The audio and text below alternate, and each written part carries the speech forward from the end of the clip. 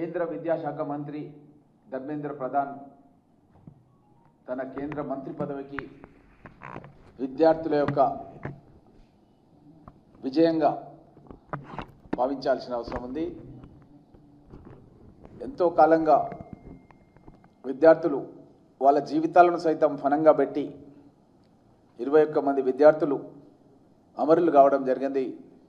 ఈ విద్యార్థులకు Congress party member of parliament, leader of the opposition Rahul Gandhi గారు మొదటి నుంచి కూడా మద్దతుగా తను నిలబడమే కాకుండా దేశవ్యాప్తంగా కాంగ్రెస్ పార్టీ శ్రేణులందరూ కూడా విద్యార్థులకు అండగా నిలవాలని పిలుపునిచ్చినటువంటి రాహుల్ గాంధీ గారికి కూడా అభినందనలు తెలియజేస్తున్నాం.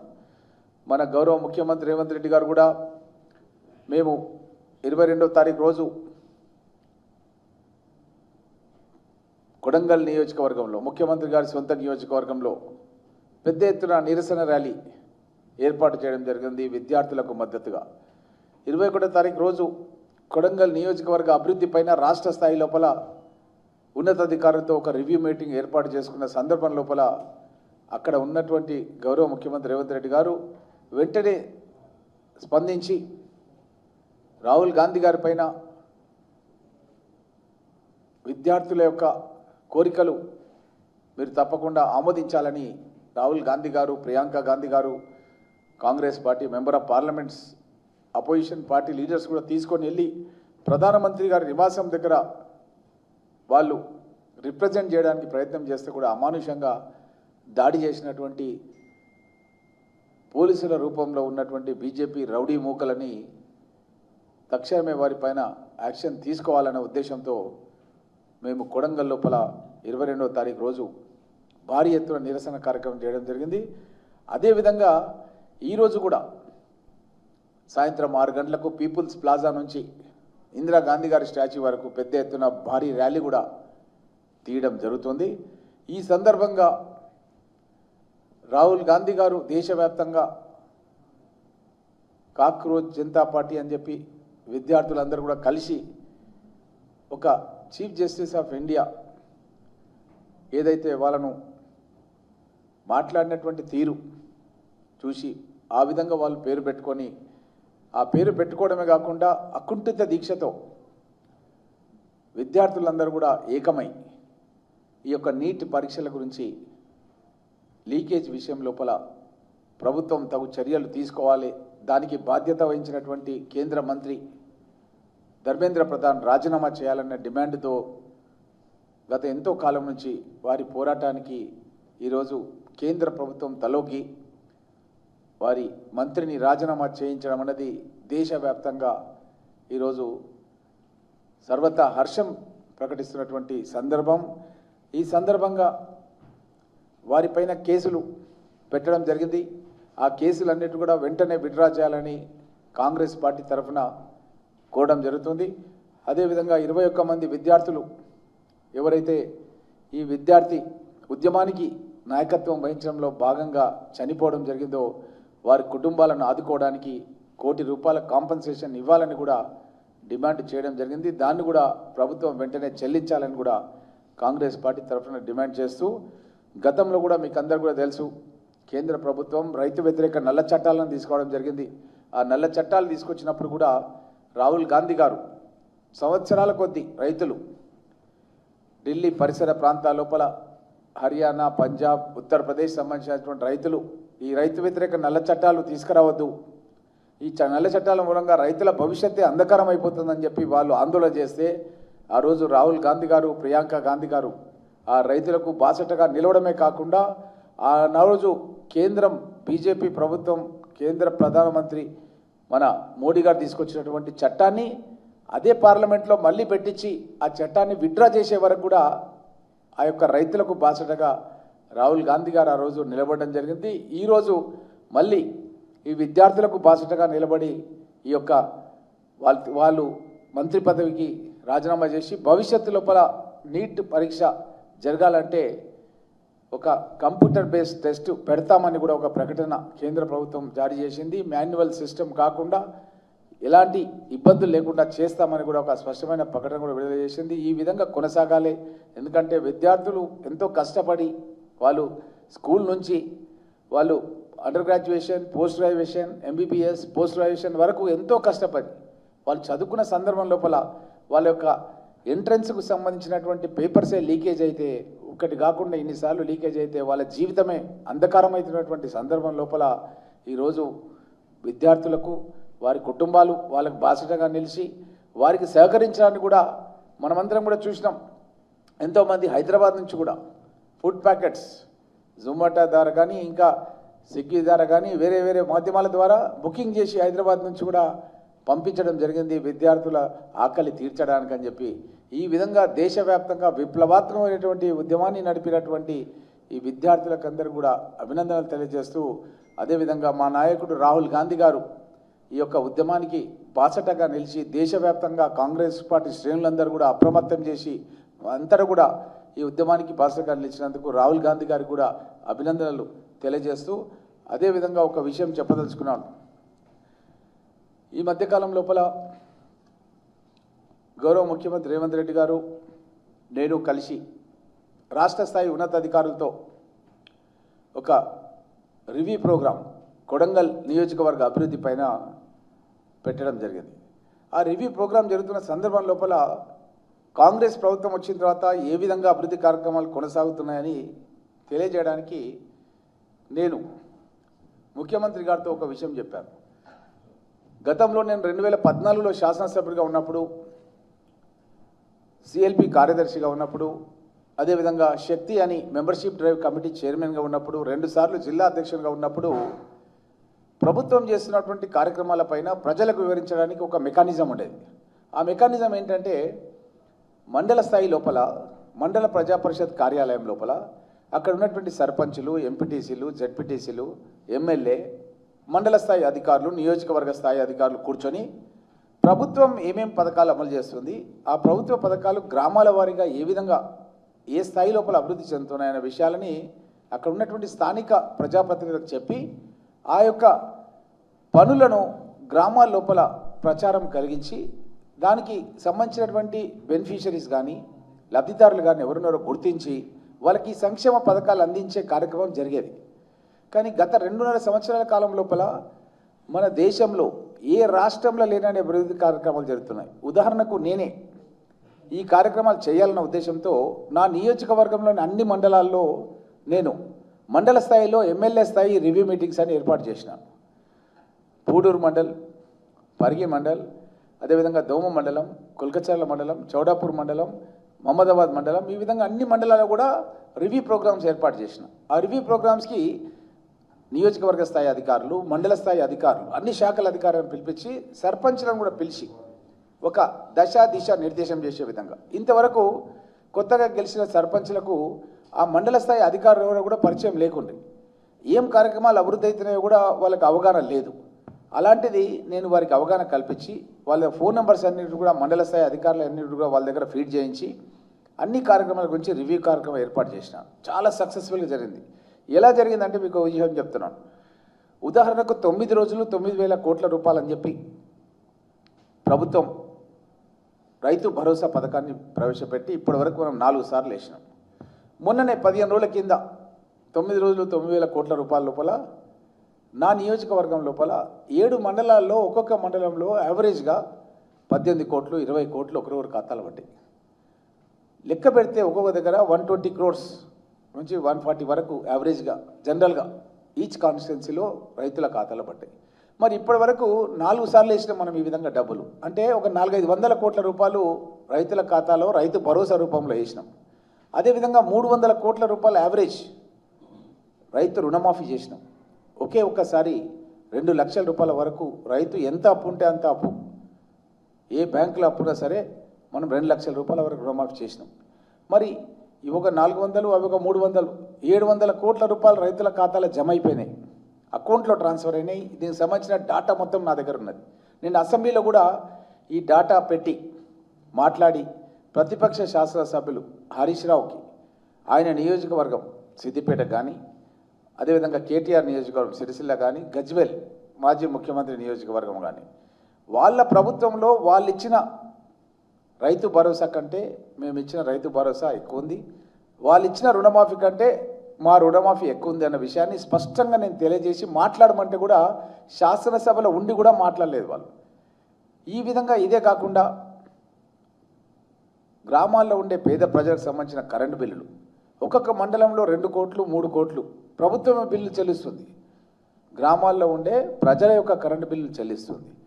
కరెంటు బిల్లు ఎందుకు చెల్లిస్తుందంటే నిరుపేదలైన వాళ్ళు ఇండ్లే కట్టుకోలేక గుడిసెలలో ఉంటుంటే గుడిసెలేని రాష్ట్రంగా చేయాలి తెలంగాణ రాష్ట్రాన్ని అన్న ఉద్దేశంతో రాష్ట్రంలో ఉన్న ఎన్ని గుడిసెలు ఉన్నాయో అన్ని గుడిసెలకు ఇందిరమ్మ ఇండ్లు కట్టిస్తున్నాం. 5 లక్షల రూపాయలు పెట్టి పార్టీలకు అద్దంగా ఏ రికమెండేషన్ లేకుండా మొత్తం కూడా ఇప్పుడు సర్వే చేయడం జరిగింది. రాష్ట్రంలో ఎన్ని గుడిసెలు ఉన్నాయో అన్ని గుడిసెలకు ఇందిరమ్మ ఇండ్లు కట్టడం జరుగుతుంది. అదే కాకుండా ఇందిరమ్మ ఇండ్లతో పాటు సాధారణ ప్రజలు కూడా కరెంటు కూడా ఉచితంగా ఇవ్వాలి. అదేవిధంగా ఇంట్లో ఉండే వాళ్ళకి కరెంటు ఉచితంగా ఇస్తూ వాళ్ళు తినడానికి సోనా మసూరి బియ్యం ఇవ్వాలి. 30-40 కిలోలు ఆ గ్రామంలో ఉండే ఆ ఇంట్లో ఉండే సభ్యుల సంఖ్య ప్రకారం కొంతమందికి 30 కిలోలు, కొంతమంది 40 కిలోలు వారికి సోనా మసూరి బియ్యం ఇస్తున్నాం. మీరు ఎక్కడైనా చూడండి పక్క రాష్ట్రాల్లో సోనా మసూరి బియ్యం ఇస్తున్నారేమో ఒకసారి ఆలోచన చేయండి. ఎక్కడ కూడా ఇవ్వట్లేదు. మన తెలంగాణ రాష్ట్రంలో గౌరవ ముఖ్యమంత్రి రేవంత్ రెడ్డి గారు ఇచ్చిన మాట ప్రకారం ప్రజలందరూ కూడా సంతోషంగా ఉండాలని వారికి సోనా మసూరి బియ్యం ఇవ్వడం జరుగుతుంది.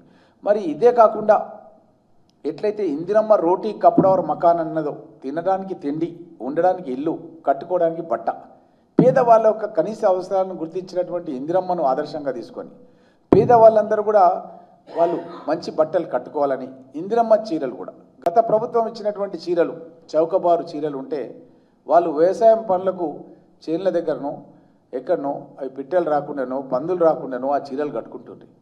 అట్లాంటిది ఈరోజు ఏ ప్రోగ్రాం పోయినా ఏ మీటింగ్ పోయినా ఒక సౌభాగ్యవతిలాగా ఒక ఇంటి ఆడపడుచులాగా మహిళలందరూ కూడా ఇందిరమ్మ చీరలు కట్టుకొని రావడం అనేది మేము చూస్తున్నాం. ఇవే కాకుండా మహిళలు కోటీశ్వరులు కావాలంటే ఒక లక్ష్యం ఉండాలి. ఆ లక్ష్య సాధన గురించి వాళ్ళకి ఒక్కొక్క మండలంలో మనం 20 కోట్లు 30 కోట్లు వడ్డీ లేని రుణాల కింద ఇచ్చి దాని ద్వారా వచ్చినటువంటి లాభాన్ని వాళ్ళ యొక్క సంఘాల ఖాతాలలో జమ చేసినాం. ఒక్కొక్క మండలంలో 2 కోట్ల రూపాయల వరకు జమ చేసినాం. ఇదే కాకుండా ఒక్కొక్క మండలికి ఒక బస్సు కొన్నాం, ఆర్టీసీ బస్సు కొని స్థానికంగా ఏ డిపోలో అయితే అవసరం ఉంటుందో ఆ డిపోకు ఆర్టీసీ బస్సు కాంట్రాక్ట్ ఇచ్చేసి ఆ యొక్క వచ్చే డబ్బును కూడా మహిళా సంఘాలకే ఇస్తున్నాం. ఈ విధంగా కాంగ్రెస్ ప్రభుత్వం వచ్చిన తర్వాత ఆడపడుచులకు మహిళలకు ఆర్టీసీ బస్సులలో ఉచిత ప్రయాణం కల్పించడమే కాకుండా గ్రామాల లోపల సీసీ రోడ్లు ప్రతి గ్రామంలో 90% వరకు సీసీ రోడ్లు వేయడం అనేది పూర్తి అయిపోయింది. ఇప్పుడు ప్రతి గ్రామంలో ఎక్కడ కూడా లేవు, 10-20% తప్ప లేవు సీసీ రోడ్లు వేసేసినాం. ప్రతి గ్రామంలో మహిళా సంఘం బిల్డింగ్ కట్టిస్తున్నాం. ఇప్పుడు వర్క్ నడుస్తుంది. మహిళా సంఘం బిల్డింగ్ ప్రతి గ్రామంలో కడుతున్నాం. మహిళలు సంతోషంగా ఉండాలంటే మహిళలు చెట్టు కింద కూర్చొని మాట్లాడడం కాదు, వాళ్ళు ఒక చెత్తేసినటువంటి ఆర్సీసీ స్లాబ్ ఉన్నటువంటి ఒక ఆఫీస్ కార్యాలయం మహిళలకు ఉండాలి, వాళ్ళ గౌరవం ఉండాలని వాళ్ళకు ఒక 10 లక్షలు పెట్టి ప్రభుత్వం ద్వారా ఒక మహిళా సంఘ భవనం కట్టించి దాని పక్కనే మహిళల గురించి ఒక వర్క్ షెడ్ కట్టిస్తున్నాం. ఆ వర్క్ షెడ్ ఎందుకంటే వాళ్ళు కుట్టు పనులు కానీ తిను బండారాలు తయారు చేయడం కానీ ఇంకేదైనా పనులు చేసుకొని వాళ్ళు కొంత వ్యాపార లావాదేవీలు చేసుకోవాలంటే కూడా వాళ్ళకు ఒక వర్క్ ప్లేస్ అనేది ఉండాలనే ఉద్దేశంతో 10 లక్షలు పెట్టి ప్రతి గ్రామంలో కూడా ఒక వర్క్ షెడ్ నిర్మాణం కొనసాగుతుంది. ఈరోజు ప్రతి గ్రామంలో కూడా పాఠశాలల కాంపౌండ్ వాల్స్ నిర్మాణం కొనసాగిస్తున్నాం. ఇవే కాకుండా ఈ మధ్యకాలం లోపల హ్యామ్ రోడ్స్ పథకం కింద అది ఆర్ఎన్బి డిపార్ట్మెంట్ కావచ్చు, పంచాయతీరాజ్ డిపార్ట్మెంట్ కావచ్చు, పెద్ద ఎత్తున యావరేజ్గా ఒక్కొక్క నియోజకవర్గానికి ఒక 3-4 కోట్ల నుంచి 300-400 కోట్ల నుంచి ఒక 500-600 కోట్ల రూపాయల వరకు శాంక్షన్స్ వచ్చినాయి. నా నియోజకవర్గంలో గత 2.5 సంవత్సరాల కాలం లోపల కాంగ్రెస్ ప్రభుత్వం రేవంత్ రెడ్డి గారు ముఖ్యమంత్రి అయిన తర్వాత దగ్గర దగ్గర 1700 కోట్ల రూపాయలతో కాన్స్టిట్యున్సీలో ఉన్న రోడ్స్ అన్నీ కూడా సింగిల్ రోడ్స్ అన్నీ కూడా డబుల్ రోడ్స్ అయిపోతున్నాయి. డబుల్ రోడ్స్ అన్నీ కూడా 4 లైన్ల రోడ్లుగా పనులు జరుగుతున్నాయి. ఈరోజు వర్క్స్ జరుగుతున్నాయి. పరిగి నుంచి షాద్నగర్ పోవాలంటే 4 లైన్ల రోడ్, పరిగి నుంచి వికారాబాద్ పోవాలంటే 4 లైన్ల రోడ్డు, గడ్సింగాపూర్ నుంచి రంగారెడ్డిపల్లికి పోవాలంటే డబల్ రోడ్డు, లాల్పాడ్ నుంచి అంగడిచిట్టంపల్లికి పోవాలంటే డబల్ రోడ్డు, అప్పా జంక్షన్ నుంచి మన్నెగూడకు పోవాలంటే 4 ట్రాక్ రోడ్ 4 లైన్ల రహదారి. అదేవిధంగా మన్నెగూడ నుంచి రావులపల్లికి పోవాలంటే కూడా 4 లైన్ల రోడ్కి డిపిఆర్ శాంక్షన్ అయింది. అదేవిధంగా ఒక రేడియల్ రోడ్ మన 17 ఎగ్జిట్ ఎయిర్పోర్ట్ నుంచి ఒక 6,000 కోట్ల రూపాయలతో ఒక రేడియల్ రోడ్, అది మన పరిగి కాన్స్టిట్యున్సీలో ఉన్న ఆల్ ఇంపార్టెంట్ రోడ్స్. ఒకటి మన పరిగి షాద్నగర్ రోడ్ మధ్యలో సైదుపల్లి దగ్గర, అదేవిధంగా రాఘాపూర్ నంచర్ల లోపల మైలారం టెంపుల్ దగ్గర, అదేవిధంగా నెక్స్ట్ అనంతరెడ్డిపల్లి మన దిర్సంపల్లి మధ్య, ఈ విధంగా చేస్తూ కోజ్గి వరకు పోయే 6,000 కోట్ల రూపాయలతో పెద్ద ఎత్తున జాతీయ స్థాయిలో, రాష్ట్ర స్థాయిలో, అంతర్జాతీయ స్థాయిలో వచ్చే పరిశ్రమలకు కూడా భూములు కేటాయిస్తూ ఈ రేడియల్ రోడ్ అనేది పోవడం. అదేవిధంగా మా కాన్స్టిట్యున్సీకి 3 కిలోమీటర్ల దూరంలో బొమ్రాజ్పేట్ మండల్ లోపల గౌరవ ముఖ్యమంత్రి గారు ఒక మెడికల్ కాలేజ్ కన్స్ట్రక్షన్ నడుస్తుంది, ఒక ఇంజనీరింగ్ కాలేజ్ కన్స్ట్రక్షన్ నడుస్తుంది, వెటర్నరీ కాలేజ్ కన్స్ట్రక్షన్ నడుస్తుంది, అగ్రికల్చర్ కాలేజ్ కన్స్ట్రక్షన్ నడుస్తుంది, యంగ్ ఇండియా ఇంటిగ్రేటెడ్ స్కూల్ ప్రతి కాన్స్టిట్యున్సీలో ఒక 200 కోట్ల రూపాయలు పెట్టి ఎస్సీలకు, ఎస్టీలకు, బీసీలకు, మైనార్టీలకు ఒకే ప్రాంగణం లోపల 25,000 ఎకరాల ప్రాంగణం లోపల school buildings, hostels, football court, cricket court పెద్ద ఎత్తున 25 ఎకరాల ప్రాంగణం లోపల ప్రతి కాన్స్టిట్యున్సీ హెడ్ క్వార్టర్లో అత్యంత వేగంగా ఈరోజు పనులు జరుగుతున్నాయి. ప్రతి నియోజకవర్గంలో ఎమ్మెల్యే రికమెండ్ చేసే దగ్గర ఒక తెలంగాణ పబ్లిక్ స్కూల్, అన్ని వసతులతో తెలంగాణ పబ్లిక్ స్కూల్ అనేది ఏర్పాటు చేస్తున్నాం. ప్రతి స్కూల్లో కూడా బ్రేక్ఫాస్ట్ ఇస్తున్నాము, లంచ్ ఇస్తున్నాం, షూస్ ఇస్తున్నాం, డ్రెస్ ఇస్తున్నాం, బుక్స్ ఇస్తున్నాం.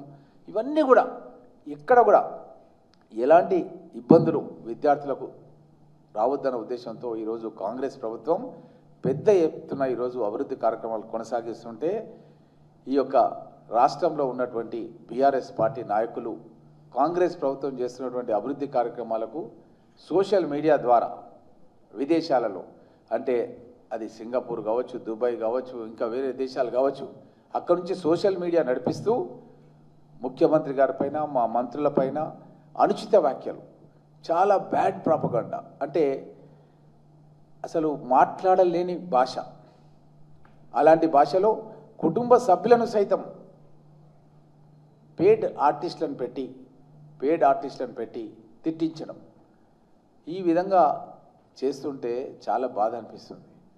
మా ప్రాంతానికి తీరని అన్యాయం చేసి మా ప్రాంతానికి లాభం చేయడానికి ప్రయత్నం చేస్తున్న ముఖ్యమంత్రులపైన, మంత్రులపైన ఈ విధంగా వీళ్ళు ప్రచారం చేస్తున్నారు.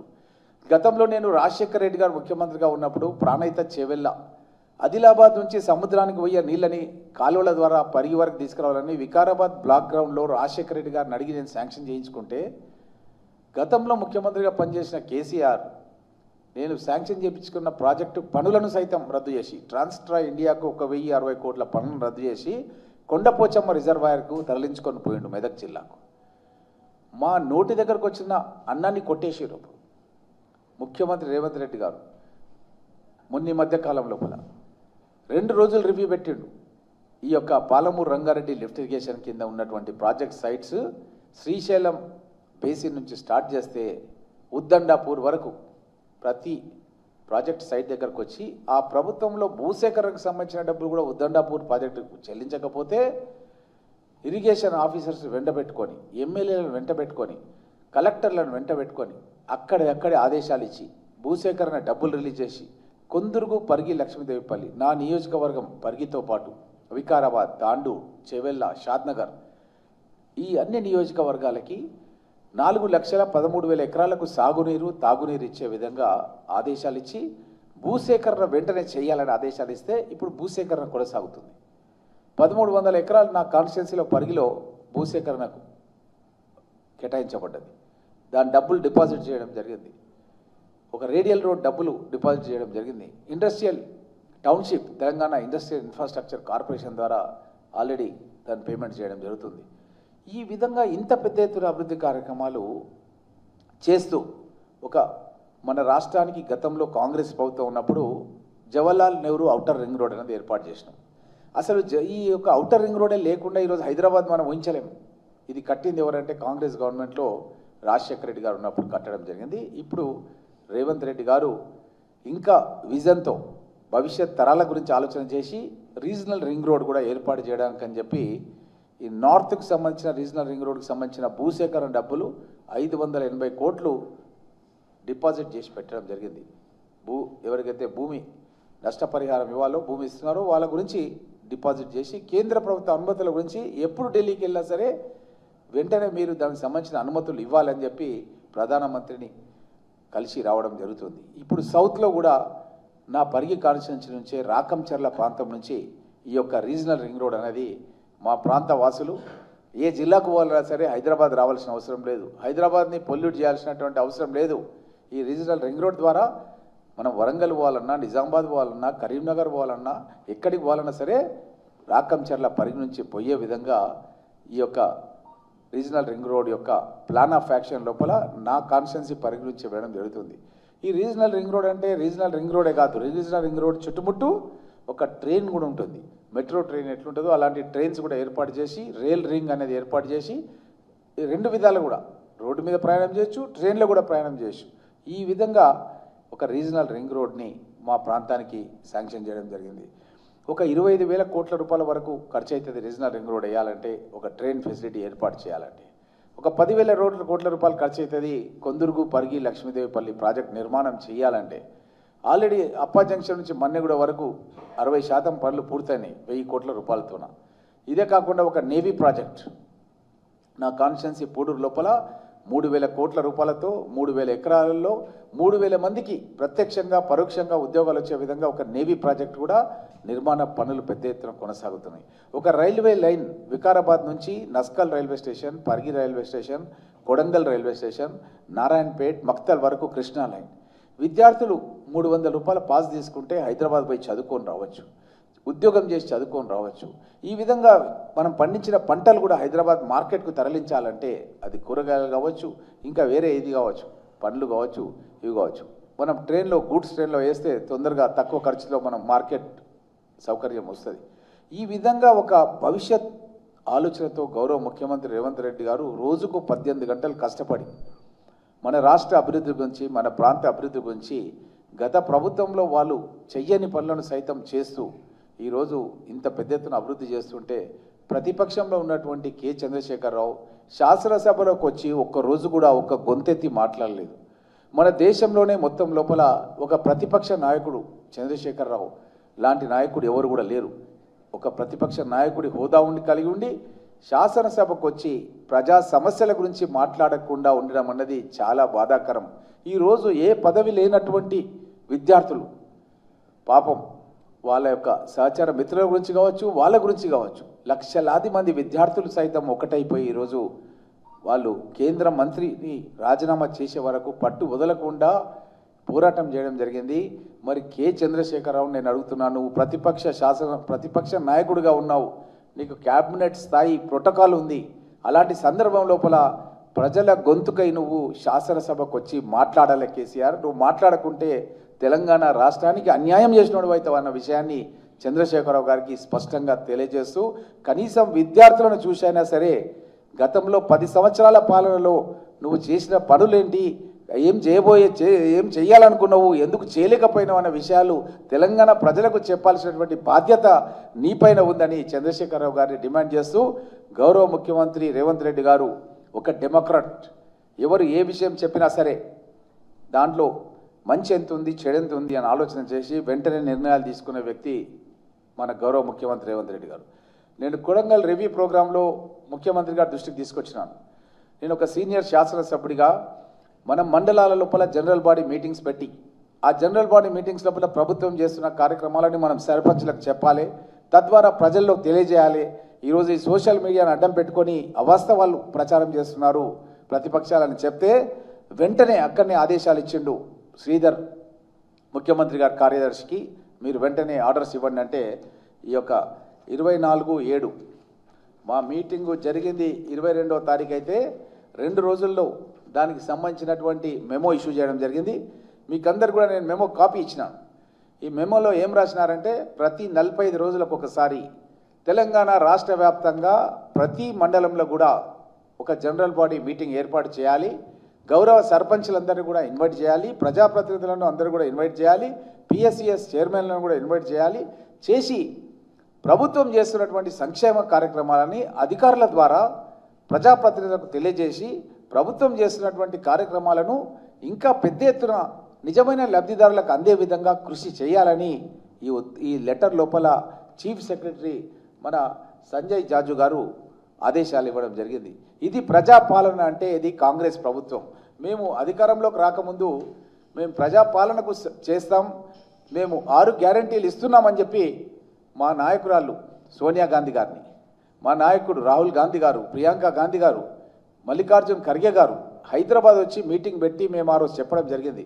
మేము 6 గ్యారంటీలు అమలు చేస్తాం, మీరు తెలంగాణ రాష్ట్రంలో అధికారంలో తీసుకురండి అంటే తెలంగాణ ప్రజలు విశ్వసించి మమ్మల్ని అధికారంలోకి తీసుకొచ్చిన తర్వాత ఇది అసెంబ్లీ భవనం నుంచి మేము ప్రమాణ స్వీకారం చేయగానే ఆర్టీసీ బస్సులను ఇక్కడ తెప్పించి బస్సులో ప్రయాణం చేసి మేము మెసేజ్ ఇచ్చినాం, మహిళలకు ఆర్టీసీ బస్సులో ఉచిత ప్రయాణం ఇస్తామని చెప్పి. ఆ రోజు చాలామంది నవ్విండ్రు, వీళ్ళు నిజంగా ఇది అయ్యే పని అన్నారు. ఈరోజు 10,000 కోట్ల రూపాయలతో ఆర్టీసీ సంస్థ లాభాలకు వచ్చింది, నష్టాల నుంచి లాభాలకు వచ్చింది. ఈరోజు ఆర్టీసీ కార్మికుల సమ్మెను గత ప్రభుత్వంలో పట్టించుకోక ఎంతోమంది చనిపోవడం జరిగింది. మేము ఆర్టీసీ కార్మికులను తెలంగాణ రాష్ట్ర ప్రభుత్వం విలీనం చేస్తామని హామీ ఇచ్చి ఎన్నికలు కూడా నిర్వహిస్తామని హామీ ఇచ్చి ఆల్రెడీ ఎన్నికలు నిర్వహించబోతున్నాం. తొందరలోనే ఎన్నికల తర్వాత 2-3 నెలల్లో వాళ్ళని విలీనం చేసే విధంగా కూడా ఆల్రెడీ మేము దాని యొక్క చర్యలు కూడా తీసుకోవడం అనేది జరుగుతుంది. ఈ విధంగా కాంగ్రెస్ ప్రభుత్వం వచ్చిన తర్వాత ప్రజలకు ఇచ్చినటువంటి హామీలు ఒకటొకటి, అది ఇందిరమ్మ ఇండ్లు, ప్రతి నియోజకవర్గంలో 3,500 ఇండ్లు కట్టిస్తున్నాం.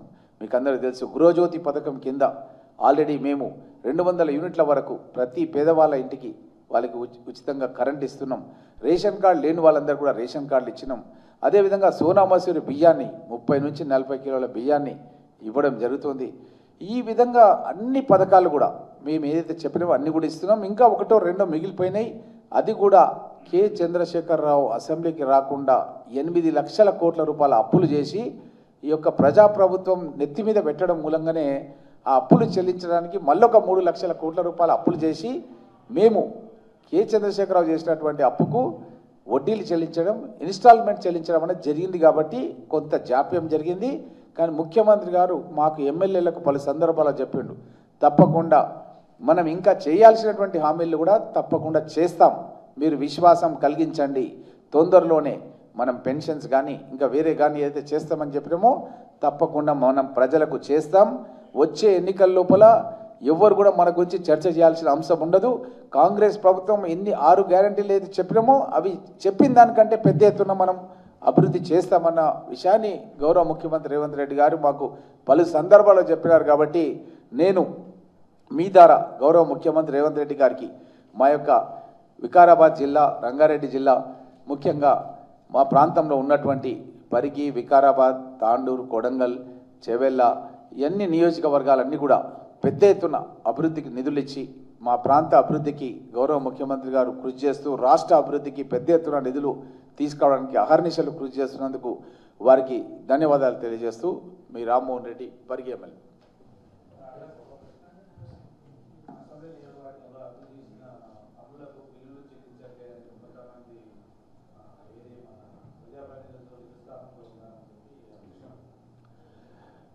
ప్రతి శాసనసభ్యుడికి మనము కొన్ని ఎస్డిఎఫ్ ఫండ్స్ ఉంటాయి, స్పెషల్ డెవలప్మెంట్ ఫండ్స్ అని ఉంటాయి, కొన్ని ఏమో పంచాయతీరాజ్ డిపార్ట్మెంట్ ఫండ్స్ ఉంటాయి, కొన్ని ఏమో R&B ఫండ్స్ ఉంటాయి. వివిధ రకాలమైనటువంటి శాఖల ద్వారా మనం వివిధ రకాల పనులు చేస్తుంటాం. ఆ పనులకు సంబంధించినటువంటి చాలా మటుకు పేమెంట్స్ అవుతుంటాయి. కొన్ని ప్రాంతాల లోపల కొన్ని పేమెంట్స్ కొన్ని అనివార్య కారణాల వల్ల, అంటే క్వాలిటీ ఆఫ్ వర్క్ కావచ్చు, లేకపోతే ఇంకోటి కావచ్చు, అనుకున్న దాని ప్రకారం స్పెసిఫికేషన్ ప్రకారం వర్క్ చేయకపోవచ్చు కాంట్రాక్టర్స్, కొన్ని డిలే కావచ్చు, కొన్ని పెనాల్టీలు ఉండొచ్చు. ఈ విధంగా జరుగుతుంటాయి. అలాంటివి అక్కడక్కడ ఏమైనా ఉంటే ఉండొచ్చు. బట్ ఎప్పటికప్పుడు మమ్మల్ని పిలిచి ఏ పనులు పెండింగ్ ఉన్నాయి మీరు లిస్ట్ తయారు చేసి ఇవ్వండి మీ కాన్స్టిట్యుయెన్సీ లోపల అని చెప్పి మాకు లిస్ట్ తీసుకుంటున్నారు. తీసుకొని ఎప్పటికప్పుడు రిలీజ్ చేస్తున్నారు. ఇంకా కొన్ని పెండింగ్ ఉన్నాయి, అవి కూడా రిలీజ్ చేస్తారు.